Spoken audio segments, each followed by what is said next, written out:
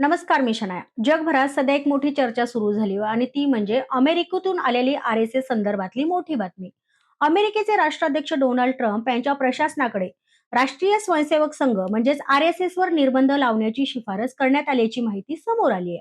अमेरिकेतील धार्मिक स्वातंत्र्यांवर लक्ष ठेवणाऱ्या आयोगाने आपल्या अहवालात असा दावा केलाय की भारतामधील धार्मिक तणावाच्या घटनांमध्ये आरएसएसचं नाव घेतलं जात असल्यामुळे या संघटनेवर कारवाई करण्याचा विचार केला जावा.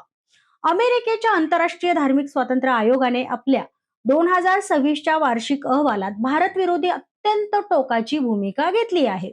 या अहवालामध्ये राष्ट्रीय स्वयंसेवक संघ म्हणजेच आरएसएस आणि भारताची गुप्तचर संस्था म्हणजेच रॉ यांच्यावर निर्बंध लादण्याची शिफारस करण्यात आली आहे. भारताच्या परराष्ट्र मंत्रालयाने मात्र या अहवालावर तीव्र टीका करत तो पूर्णपणे फेटाळून लावलाय. या पार्श्वभूमीवरच हे प्रकरण नेमकं काय आहे, अमेरिकन आयोगाने रॉ आणि आरएसएस वर बंदी घालण्याची मागणी का केली आहे, त्याविषयीचा सविस्तर आढावा आपण या व्हिडिओच्या माध्यमातून घेऊयात. सुरुवातीला अमेरिकन आयोगाच्या अहवालात नेमकं काय ते बघूयात.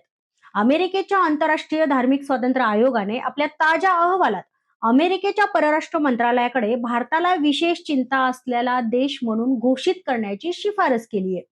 भारतातील धार्मिक स्वातंत्र्याची स्थिती सातत्याने खालावत असल्याचं अहवालात नमूद करण्यात आलंय. भारताची गुप्तचर संस्था म्हणजेच रॉ आणि राष्ट्रीय स्वयंसेवक संघामुळे म्हणजेच आरएसएस मुळे धार्मिक स्वातंत्र्यांचं उल्लंघन होत असल्याचा आरोप या अहवालात करण्यात आलाय. आणि आरएसएसची संबंधित व्यक्ती आणि संस्थांची मालमत्ता गोठवणे तसेच त्यांना अमेरिकेत प्रवेश करण्यापासून बंदी घालणे अशा शिफारसींचा प्रस्ताव मांडण्यात आलाय. याशिवाय भारताला दिली जाणारी अमेरिकेची सुरक्षा मदत आणि द्विपक्षीय व्यापार धार्मिक स्वातंत्र्यातील सुधारणा यांच्याशी जोडावा. तसेच आर्म्स एक्सपोर्ट कंट्रोल ऍक्ट अंतर्गत भारताला होणाऱ्या शस्त्र विक्रीवर निर्बंध घालावेत असं देखील या अहवालात सुचवण्यात आलंय. पण या फक्त शिफारसी असून अद्याप देखील अमेरिकेच्या परराष्ट्र मंत्रालयाने त्यांना मान्यता दिली नाही. बरं, या सर्व शिफारशी करण्याचं कारण नक्की काय आहे, तर याचं उत्तर मी तुम्हाला देते. भारत सरकारने राष्ट्रीय आणि राज्य पातळीवर संमत केलेल्या कायद्यांचा थेट परिणाम अल्पसंख्याकांच्या धार्मिक स्वातंत्र्यावर होतोय. शरणार्थींना देशाबाहेर काढणे आणि हिंदुत्ववादी संघटनांकडनं अल्पसंख्याकांवर होणाऱ्या हल्ल्यांमध्ये वाढ झाली आहे. हिंदुत्ववादी गट कायद्याची भीती न बाळगता ख्रिश्चन आणि मुस्लिम समुदायावर सातत्याने हल्ले करत आहेत. गेल्या वर्षभरात अनेक राज्यांमध्ये हिंदुत्ववादी गटांनी कोणत्याही शिक्षेची भीती न बाळगता मुस्लिम आणि ख्रिश्चन समुदायाला त्रास दिला आणि त्यांच्या विरोधात हिंसा देखील भडकवली, असं या अहवालात नमूद करण्यात आलेलं आहे. तसं पाहायला गेलं तर 2014 नंतर भारतात बऱ्याच धार्मिक घटना घडत आहेत हे तुम्हाला देखील ठाऊक आहे. बघा, या अहवालात काय सांगितलं आहे तर 2024 मध्ये छत्रपती संभाजीनगर जिल्ह्यातील खुलताबाद येथे औरंगजेबच्या थडग्यावरनं निर्माण झालेल्या वादानंतर उसळलेल्या दंगलीचा उल्लेख या अहवालात करण्यात आलाय. जून 2024 मध्ये धर्मांतरास नकार दिल्याने 20 ख्रिस्ती कुटुंबावर जमावाने हल्ला केल्याचा दावा देखील या अहवालात करण्यात आलाय. त्यामुळे या घटना विचारात घेतल्या गेल्या आहेत. बरं, फक्त आरएसएसच निशाण्यावर का आहे असा प्रश्न तुम्हाला पडला असेल, तर त्याचं कारण असं आहे की एप्रिल 2025 मध्ये पहलगाम येथे 26 हिंदू पर्यटकांच्या हत्येनंतर देशात मुस्लिम विरोधी भावना भडकल्या असल्याचं या अहवालात नमूद करण्यात आलंय. उत्तर प्रदेशात या घटनेचा बदला घेण्याच्या नावाखाली एका मुस्लिम कर्मचारीची हत्या झाल्याचा दावा करण्यात आलाय. मे 2025 मध्ये 40 रोहिंग्या शरणार्थींना, ज्यात 15 हे ख्रिस्ती होते, समुद्रात नेऊन म्यानमारच्या दिशेने पोहून जाण्यास भाग पाडल्याचा गंभीर आरोप भारतीय अधिकाऱ्यांवर करण्यात आलाय. जुलै 2025 मध्ये आसाममधून शेकडो बंगाली भाषिक मुस्लिमांना घुसखोर ठरवून बांगलादेशात पाठवल्याचा उल्लेख देखील या अहवालात आहे. या अहवालात उत्तराखंडमधील नवीन शिक्षण कायदा आणि वक्फ कायद्यातील बदलांवर विशेष टिप्पणी देखील करण्यात आली आहे. नवीन कायद्यानुसार वक्फ बोर्डात बिगर मुस्लिम सदस्यांच्या समावेशाला परवानगी देण्यात आली आहे, ज्यावर अमेरिकन आयोगाने तीव्र आक्षेप घेतलाय.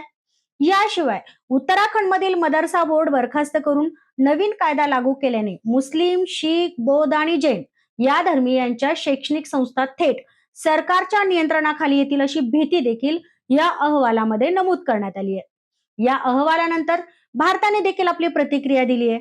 अमेरिकेच्या आंतरराष्ट्रीय धार्मिक स्वातंत्र्य आयोगाचा अहवाल भारत सरकारने पूर्णपणे फेटाळून लावलाय. हा अहवाल तथ्यांवर नसून एका विशिष्ट विचारधारेने प्रेरित असल्याचा आरोप भारताने केलाय.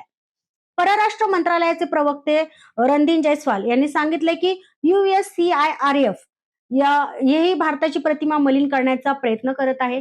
त्यामुळे आयोगाच्या विश्वासार्हतेवरच प्रश्न निर्माण होतोय. भारतावर टीका करण्यापेक्षा अमेरिकेने स्वतःच्या देशातील हिंसाचार, हिंदू मंदिरांवरील हल्ले आणि भारतीयांविरोधातील वाढती असहिष्णुता याकडे लक्ष द्यावं, असं त्यांनी सुनावलं आहे. दरम्यान RSS वरील बंदीच्या मागणीला काँग्रेसने पाठिंबा दिलाय.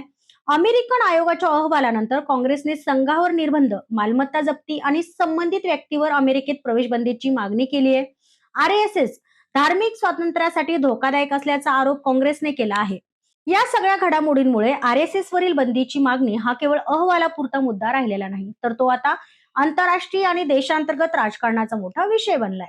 अमेरिकन आयोगाचा अहवाल, काँग्रेसची भूमिका आणि भारत सरकारची तीव्र प्रतिक्रिया यामुळे पुढे नेमकी काय कारवाई होतं हे पाहणं महत्वाचं ठरणार आहे. आता प्रश्न असा आहे की या वादाचा परिणाम भारत आणि अमेरिका या संबंधांवर होणार का, आणि RSS वर खरोखर कोणती कारवाई होणार आहे याकडे आता सगळ्यांचं लक्ष लागलं आहे. तुम्हाला काय वाटतं? RSS वर बंदी घातली पाहिजे का? तुमचं मत कमेंटमध्ये मला नक्की सांगा आणि हा व्हिडिओ आवडल्यास लाईक करा, शेअर करा आणि सबस्क्राईब करायला विसरू नका.